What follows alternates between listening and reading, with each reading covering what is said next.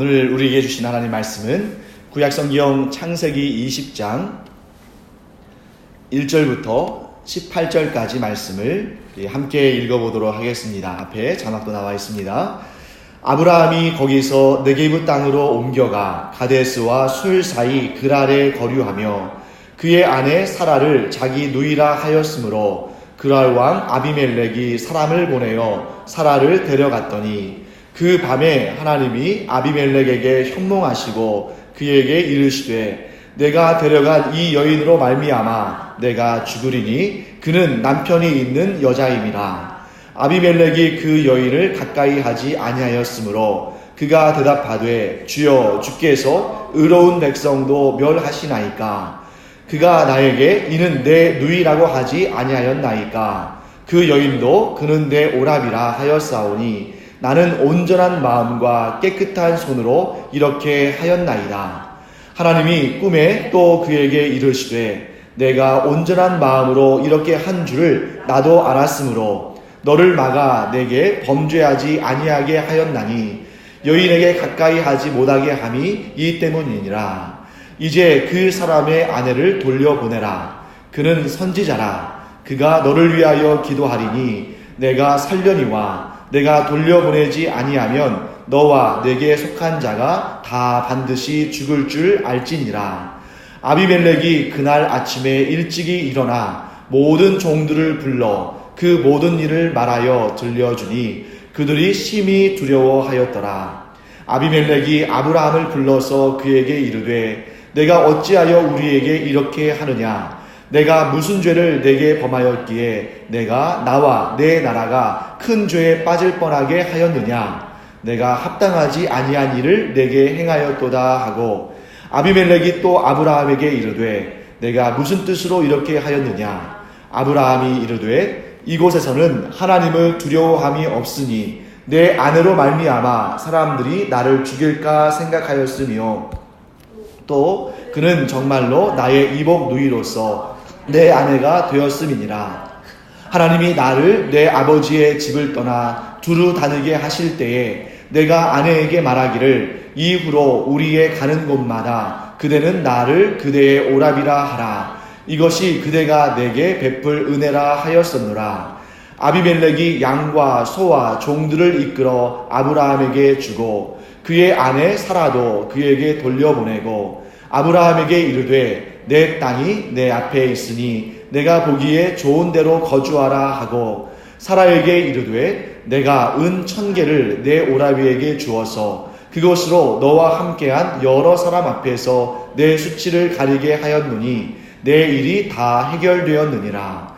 아브라함이 하나님께 기도하매 하나님이 아비멜렉과 그의 아내와 여종을 치료하사 출산하게 하셨으니 여호와께서 이왕에 아브라함의 아내 사라의 일로 아비멜렉의 집의 모든 태를 닫으셨음이더라. 아멘.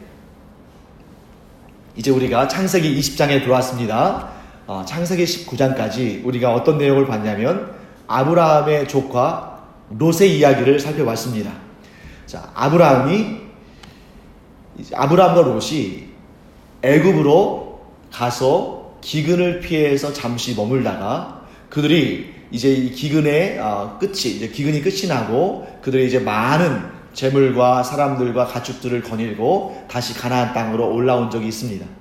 그리고 나서 이제 거기에서 이 아브라함의 무리와 롯의 무리가 너무 커지니까 이 두 무리가 함께 있기가 어려웠습니다. 그래서 이제 우리가 각각 이제 떨어져 살자 하는 그러한 의견이 나와서 롯은 어디로 가냐면 소돔과 고모라 지역. 이 지역은 사해를 중심으로 한 지역인데 이 사해를 중심으로 한 지역은 어떤 지역이냐면 평야입니다. 평야니까 당연히 이 평야를 중심으로 해서 산업도 발전하고 도시도 발전했겠죠. 이 롯이 어느 곳을 택하는지를 아브라함이 보고 아브라함은 롯이 택하지 않은 다른 곳을 택하겠다고 먼저 우선권을 주었습니다. 그러니까 아브라함이 좀 손해를 볼 수 있는 위치인 거죠. 롯은 자기가 보기에 좋은 도시 지역을 선택했고 당연히 아브라함은 어디로 갈 수밖에 없었습니까? 산지, 광야 이런 지역으로 갈 수밖에 없는 상황이었습니다.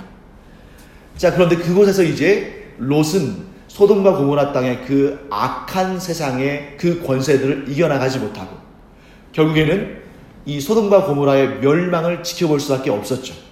그럼에도 불구하고 하나님께서 하나님과 언약을 맺은 의로운 사람 아브라함을 생각하셨어.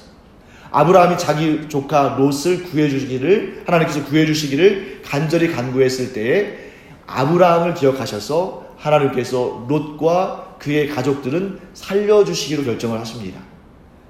그런데 그렇게 해서 하나님의 은혜 가운데 롯이 생명을 구했는데, 우리 지난 시간에 창세기 19장에서 본 것처럼 그 악한 죄악에 다시금 휘말리는 그런 안타까운 모습을 보게 되죠. 그래서 이 롯이 그 두 딸과 동침하고 결국 그 사이에서 모압과 암몬이라는 이런 끝끝내 이스라엘 백성들을 괴롭히고 이스라엘 백성들을 죄로 유혹한 그러한 족속들의 조상이 되는 안타까운 역사를 우리가 지난 시간까지 해서 살펴봤습니다. 자, 그리고 이제 오늘 우리는 다시 창세기 20장에 와가지고는 아브라함의 이야기로 돌아오게 됐습니다. 아브라함이 하나님 앞에서 어떻게 살아가고 있는지 그 모습을 우리가 이제 살펴볼 시간을 갖게 된 것입니다. 자, 아브라함은 어디에 살았냐면 이 마므레 상수리 숲을 근처에서 살았습니다. 자, 그런데 그가 점점 남쪽으로 이동을 합니다. 그리고 오늘 이 내용을 보시면 아브라함이 어디에서 거류했다고 나와 있냐면 가데스와 술 사이에 그랄 땅에 거류했다라고 나옵니다. 여러분, 성경에 있는 지명들을 우리가 다 외울 필요는 없지만 몇 군데 지명들을 외워두시면 상당히 유익하죠. 이 그랄이라는 지역은 이스라엘 지경 안에 있는 땅이 아닙니다. 물론 이 당시는 한참 이 이스라엘 사람들이 가나안 땅에 정착하기 한참 이전이기 때문에 뭐 그런 경계, 뭐 이스라엘 땅이니 아니니 이런 경계가 없습니다만 이 그랄 땅은 대대로 어떤 사람들의 땅이냐면 블레셋 사람들의 땅이에요. 그래서 여기에서 그랄 왕 아비멜렉이라고 말하면 그는 블레셋 사람들의 왕이다 라고 우리가 생각해 보면 됩니다. 자, 그런데 여기에서 이 그랄 땅에 왜 갔을까? 하나님께서 아브라함에게 주셨던 그 땅에서 떠나서 이 그랄 땅에 거류를 하는데 왜 그랄 땅으로 갔을까? 자, 성경에서는 정확히 그 내용을 밝히고 있지는 않습니다. 하지만 우리는 추측해 볼 수가 있어요. 여러분, 우리가 보통 전에 있었던 일인데 똑같은 일이 반복되는 것처럼 느껴질 때가 있죠. 옛날에 경험했던 일인데 똑같은 상황이 다시 왔다. 다시 똑같은 상황을 경험한다. 자, 이런 경우가 있단 말이죠. 그런 경우를 우리가 보통 데자뷰라고 합니다. 그런데 이 창세기 20장의 내용은 어떤 내용과 데자뷰를 이루냐면 창세기 12장과 묘하게 일치하는 부분이 있습니다. 똑같지는 않아요. 그런데 비슷하게 진행됩니다. 그래서 창세기 12장을 보시면 거기에 어떤 내용이 나오냐면 이 아브라함이 그때는 이제 아브람입니다. 이름이 바뀌기 전이니까 아브람이 하나님의 말씀을 붙들고 하나님의 그 약속의 말씀을 의지해서 가나안 땅으로 옵니다. 그렇게 하나님의 약속의 말씀을 따라서 가나안 땅에 왔으면 우리 생각에는 정말 하나님께 순종하고 왔기 때문에 하나님의 말씀에 순종해서 갈대아 우르에서 가나안 땅으로 왔기 때문에 이제 만사가 형통할 것 같은 그런 기대감을 갖죠. 왜냐하면 온 우주의 창조자시고 온 만물의 지배자이신 하나님께서 가라 하셨고 그 하나님의 명령에 순종했으니까 하나님께서 탄탄대로를 열어주실 것 같은데, 그런데 그 땅에 오자마자 무엇을 만납니까? 기근을 만난다는 것이죠.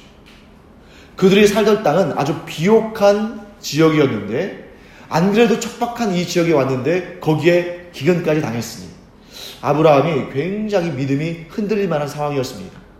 그때 그 기근을 피하기 위해서 그때는 아브람과 사레가 어디로 가냐면 애굽 땅으로 피신을 합니다.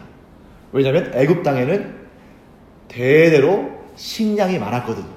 그래서 나중에도 우리 보시면 이 야곱의 가정도 기근을 피해서 애굽 땅으로 피신하는 경우를 이렇게 보게 되는 거죠.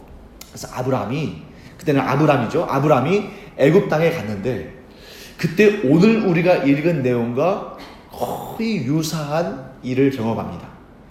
그때 세계 최강대국인 나라 애굽의 왕 바로가 이 아브람의 아내인 사레를 그 아름다움을 보고 아내를 삼고자 한 것입니다. 그런데 그 전에 아브람과 사레가 어떻게 입을 맞추냐면 이제 그러한 상황들이 있을 수 있다는 것을 아브람도 굉장히 느끼고 있었어요. 두려운 마음이 있었습니다. 그래서 우리가 어디를 가든지 우리는 소수고 그 땅에 우리가 가는 곳마다 힘 있는 사람들 또 권세 있는 사람들 강한 사람들이 있을 텐데 당신의 아름다움을 보고 사람들이 나를 죽이고 당신을 빼앗아가려고 할 수 있기 때문에 우리가 이렇게 좀 입을 맞추자. 나는 당신의 오랍이라고 소개를 하고 당신은 나의 누이 동생이라고 소개를 하면 그러면 어떻습니까? 이 사례에 대해서 환심을 얻고자 그 오빠에게 잘해주지 않겠어요? 그러니까 이렇게 하자고 한 것입니다. 그리고 사실 그것이 완전한 거짓말도 아닙니다. 물론 하나님의 인도하심을 따라 이 가나안 땅에 왔으면 하나님께서 지켜주시고 보호하실 것이라는 믿음을 가지면 좋습니다만 그런데 그 정도까지 믿음이 없는 상태에서 자기 스스로의 보호장치로 반은 사실이고 반은 거짓인 이런 작전을 짠 거죠.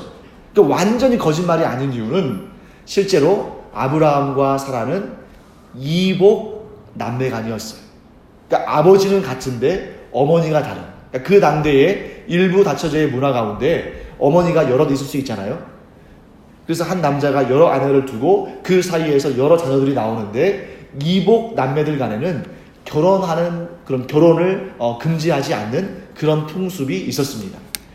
그런 어떻게 보면 임기응변을 통해서 생명을 좀 보존하고자 한 그런 마음이 있었던 것이죠. 그때에도 하나님께서 그 애굽 땅의 왕인 바로에게 재앙을 내리십니다. 그리고 그로 하여금 깨닫게 하시죠.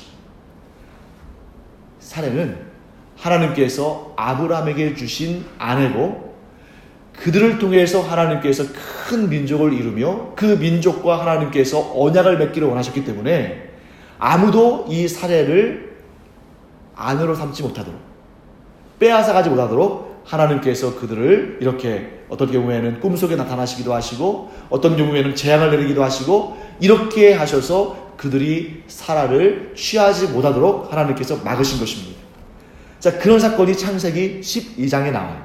근데 그로부터 창세기 12장에서 창세기 20장까지는 무려 20년의 시간이 지납니다. 20년의 시간이 지났는데 비슷한 데자뷰와 같은 사건이 또 발생하는 거죠. 차이가 있다면 이번에는 애굽 땅이 아니라 어떤 땅이에요? 그랄 지역, 그랄 땅. 그리고 애굽 왕 바로가 아니라 그랄의 왕인 아비멜렉이 이제 등장인물만 좀 바뀐 것입니다. 자, 그러면 여러분, 이 20년 동안 아브라함이 어떠한 영적인 변화가 있었을까?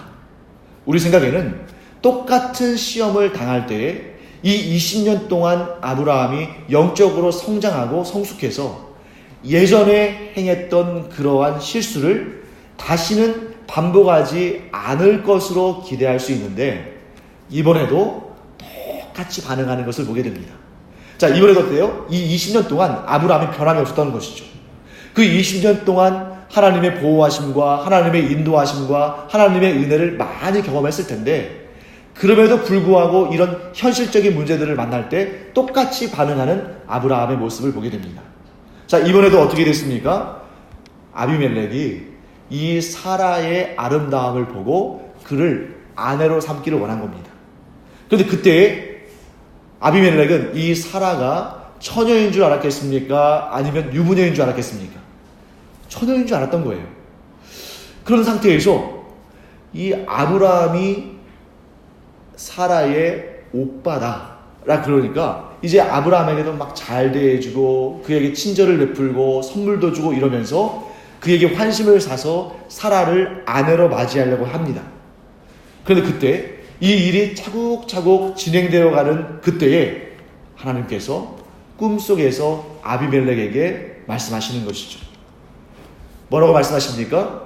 그 여인은 남편이 있는 여인이기 때문에 네가 그 사라를 아내로 맞이하면 큰 재앙을 받을 것이다. 벌을 받을 것이다. 라고 말씀하시는 것입니다. 자, 그때 하나님께서 꿈속에서 아비멜렉에게 말씀하지 않으셨다면, 또 아비멜렉이 그 꿈 이야기를 듣고 그 꿈속에 나타나신 하나님의 말씀을 또 따르지 않았더라면 아마 아비멜렉도 또 그 나라도 위기에 빠질 뻔했습니다. 그런데 여러분, 애굽 왕 바로와 아비멜렉 사이에는 아주 흥미로운 차이가 있었습니다. 그것이 뭐냐면, 애굽 왕 바로도 사례를 아내로 맞아들이려고 했을 때, 그때 하나님께서 꿈속에 나타나셔서 말씀하셨습니까? 아니에요. 애굽 왕 바로에게는 곧바로 하나님께서 그 가정에 재앙을 내리셨습니다. 아마도 그 재앙은 그 가정에 태를 막으시는, 또 무엇인가 좋지 않은 일들이 일어나는 그런 현실적인 문제들로 말미암아 지금 이 사례를 아내로 맞아들이는 일이 이 애굽 왕 바로에게 굉장히 좋지 않은 일이라는 것을 이 몸으로 느끼게끔 하나님께서 역사하신 것입니다. 반면에 오늘 이 그랄 왕 아비멜렉에게는 하나님께서 사라를 아내로 맞이하지 못하게 하시도록 어떻게 했냐면, 하나님께서 꿈속에 나타나셔가지고 아비멜렉이 사라를 아내로 맞지 못하도록 하나님께서 막으셨습니다. 자, 둘 사이에 비슷한 상황이지만 분명히 차이가 있죠. 이 차이는 왜 발생했을까? 성경이 자세히 말씀하지 않으시기 때문에 우리가 성경 전반적인 내용을 통해서 추론해 보자면 저는 이런 생각이 들었습니다. 여러분, 이 바로는 아니지만 대대로 애굽 왕 바로들은 완악하고 목이 곧은 사람들이 많았습니다. 대표적인 사람이 누굽니까? 출애굽기에 나오는 그 애굽 왕 바로죠. 하나님께서 이스라엘 백성들을 구원하시기 위해서 모세를 보내시고 무려 10번에 걸친 재앙을 보여주셨음에도 불구하고 애굽 왕 바로는 끝끝내 하나님 앞에 회개하지 아니하고, 심지어 10번째 재앙 후에 이스라엘 백성들을 내보내기는 했지만 그것도 즉시 그 뜻을 돌이켜서 그 뒤를 쫓아가서 그 이스라엘 백성들을 다시 사로잡으려고 하는 그런 완악한 모습을 보였습니다. 왜 그럴까? 저는 아마도 이 애굽이 전 세계적으로 가장 강력한 나라였고, 또 하나님을 섬기지 않고, 심지어 애굽의 특징이 있죠. 대부분의 나라에서는 왕을 신격화하지는 않습니다. 그러니까 신도 섬기고 왕도 섬기지만 그래도 왕을 신으로 여기기까지는 하지 않았어요. 그런데 이 애굽은 대대로 이 애굽 왕 바로를 신으로 섬겼습니다. 우상화 작업을 한 거죠. 그러니까 그만큼 하나님 앞에서 더 완악하고 더 완고한 사람들이었죠. 반면에 오늘 이 그랄 왕 아비멜렉을 쭉 보면, 자, 아비멜렉이 뭐라고까지 말하냐면, 하나님께서 의로운 사람에게도 이렇게 재앙을 내리십니까? 저는 죄를 짓지 않고 아주 정당하게, 아무 문제 없이, 아무 거짓도 없이 이 여인을 아내로 맞이하려는 그런 정상적인 노력을 했습니다. 라고 말하는 것을 보게 됩니다. 그러니까 개인적으로 비교해봐도 애굽 왕 바로와 이 그랄 왕 아비멜렉 사이에는 분명한 차이가 있습니다. 하나님 보시기에 애굽 왕 바로에게 꿈속이든지 선지자를 보내셔든지 어떠한 방식으로 말씀하신다 할지라도 애굽 왕 바로는 그 하나님의 말씀을 그럴 만한 사람이 아니라는 것을 하나님께서 아신 것이죠. 그런데 지금 당장에 하나님께서 막지 않으시면 이 애굽 왕 바로가 사례를 아내로 맞아들일, 그래서 동침할 만한 그런 위험한 상황에 처해 있지 않습니까? 그러니까 하나님께서 즉각적으로 그 일을 막기 위해서 재앙을 보내신 것입니다. 재앙을 내리신 것이죠. 반면에 아비멜렉은 하나님의 말씀을 들을 만한 귀가 있었다는 것을 하나님께서 아신 것입니다.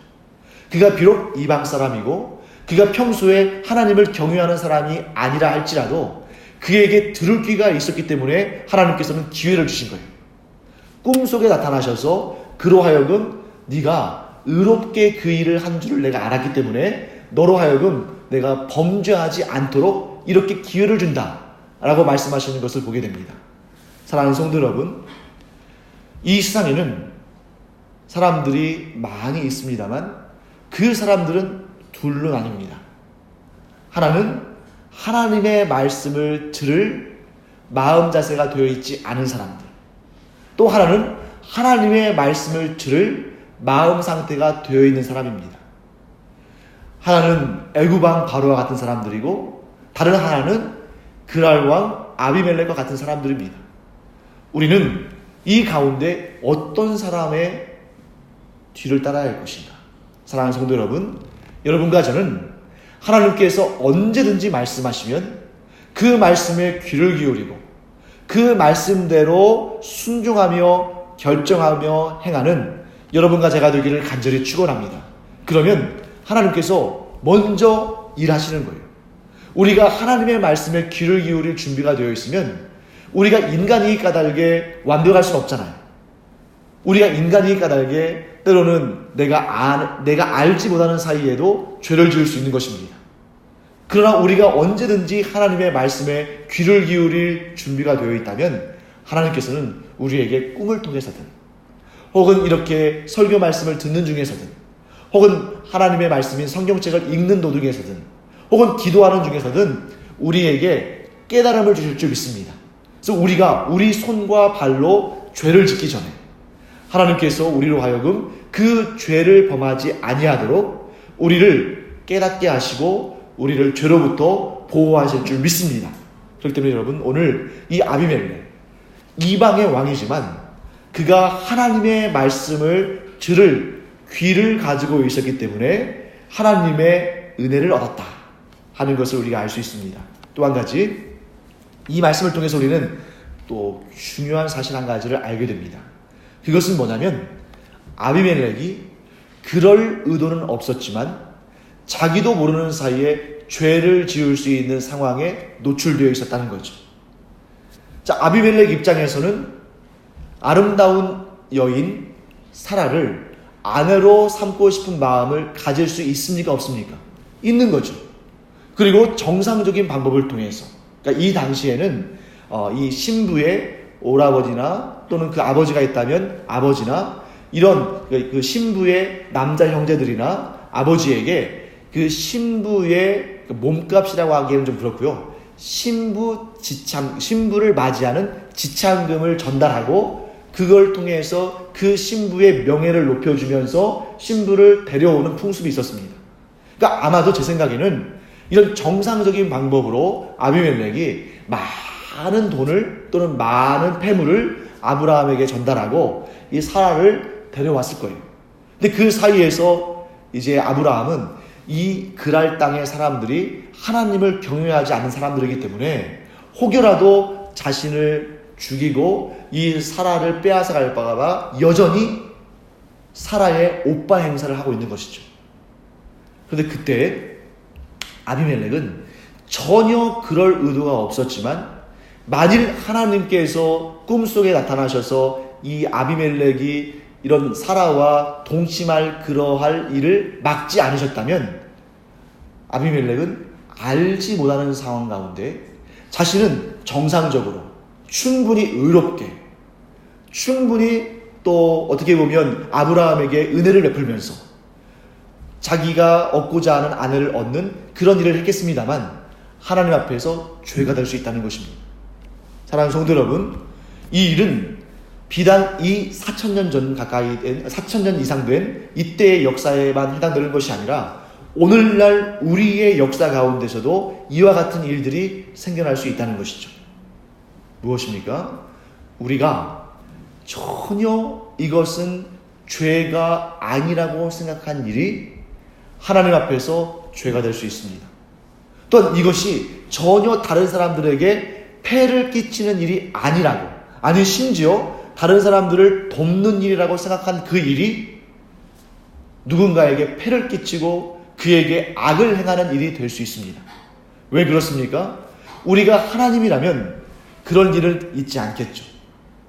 우리가 하나님이라면 모든 일들의 앞과 뒤와 안과 밖을 다 알 수 있기 때문에 우리가 죄를 짓는 일을 행하지 않겠습니다만, 근데 우리는 사람이기 때문에 우리 앞에 있는 정말 한치 앞에 있는 일도 우리가 다 알 수 없는 그런 연약하고 부족한 인간이기 때문에 우리가 행한 일들이 나는 의로운 줄 알고 행했지만 결국에는 그것이 죄가 될 수도 있다는 것입니다. 사랑하는 성도 여러분, 우리가 기도할 때 이렇게 기도하는 내용을 들어본 적이 있을 거예요.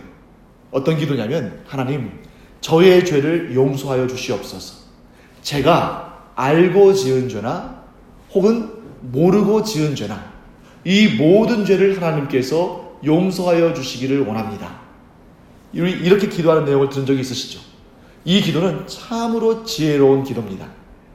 왜냐하면 우리는 우리의 죄들 가운데 일부만 압니다. 우리가 저지른 죄들 가운데 우리는 일부만 아는 사람들이에요. 그것도 어떤 경우에는 내가 죄를 저지르고도 마치 죄가 아닌 것처럼 포장하는 경우도 있습니다. 그런데 그보다 더 많은 경우에 어떤 경우는 나는 전혀 그럴 의도가 아니었는데 나도 모르는 사이에 죄를 지을 수도 있다는 것이죠. 그래서 우리는 항상 하나님 앞에 죄 용서의 기도를 구할 때에 진정으로 겸손해야 됩니다. 그 겸손 가운데 가장 큰 겸손은 뭐냐면, 제가 제 자신도 제대로 알지 못한다는 그런 고백을 하는 것입니다. 사랑하는 성도 여러분, 우리 자신을 온전히 아시는 분은 오직 하나님밖에 안 계셔요. 나도 내 자신을 알지 못합니다. 또한 나는 의롭다고 행한 일인데 다른 이들은 그것을 의롭지 않다고 생각할 수 있습니다. 나는 누군가에게 의를 행하고 유익을 줬다고 생각할 수 있지만 정작 그 당사자는 나에게 해를 입었다고 생각할 수도 있습니다. 그렇기 때문에 여러분, 우리는 항상 겸손해야 됩니다. 우리가 교만하면 내가 잘못 행한 일도 잘한 걸로 생각합니다. 내가 죄를 저지른 일도 그게 의라고 생각할 수 있습니다. 하지만 겸손한 사람은 항상 하나님 앞에서 겸비합니다.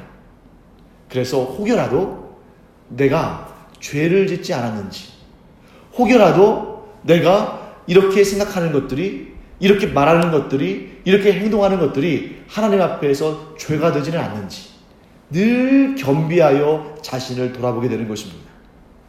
이런 사람을 향해서 하나님은 의롭다 말씀하시고, 이런 의에 있어서 대표적인 사람이 바로 욥입니다. 욥은 하나님 앞에 동방에 의로운 사람이었는데 이 사람이 얼마나 하나님 앞에 의롭기를 원했냐면, 부유한 사람이기 때문에 그의 자녀들이 자주 모여서 오늘날로 말한다면 파티를 열었어요. 잔치를 벌였습니다. 잔치를 벌이면 거기에서 포도주를 마시고 어떤 경우에는 취하기도 하고, 흥에 겪다 보면은 또 어떤 경우에는 자기가 잘 알지 못하는 사이에 또 안 좋은 말이나 안 좋은 행동을 할 수도 있겠죠. 그러니까 이렇게 어떤 문제가 생기기 전에, 이런 문제로 인하여서 하나님 앞에 범죄하기 전에 욥은 항상 어떠한 자세를 가졌냐면, 이 아이들이, 자기의 자녀들이 어디에서 그 형제의 누군가의 집에서 잔치를 벌였다 그러면 그 이야기를 들으면 반드시 그 자녀들을 위해서 회개의 제사, 속죄의 제사를 하나님께 드렸습니다. 사실 밝혀진 건 없어요. 그 아이들이, 자기의 자녀들이 무슨 죄를 졌는지 누가 와서 얘기해 준 것도 없고 물어보지도 않았습니다. 그럼에도 불구하고 욥은 항상 겸비해서 어떤 죄를 짓지 않았는지 먼저 하나님 앞에 회개하는 제사를 드리는 이러한 모습들을 보여줬습니다. 사랑하는 성도 여러분, 우리는 완벽할 수 없는 사람들입니다. 그래서 나는 죄가 없다고 생각할지 모르지만 하나님 앞에서는 죄인 것들이 얼마든지 있을 수 있어요.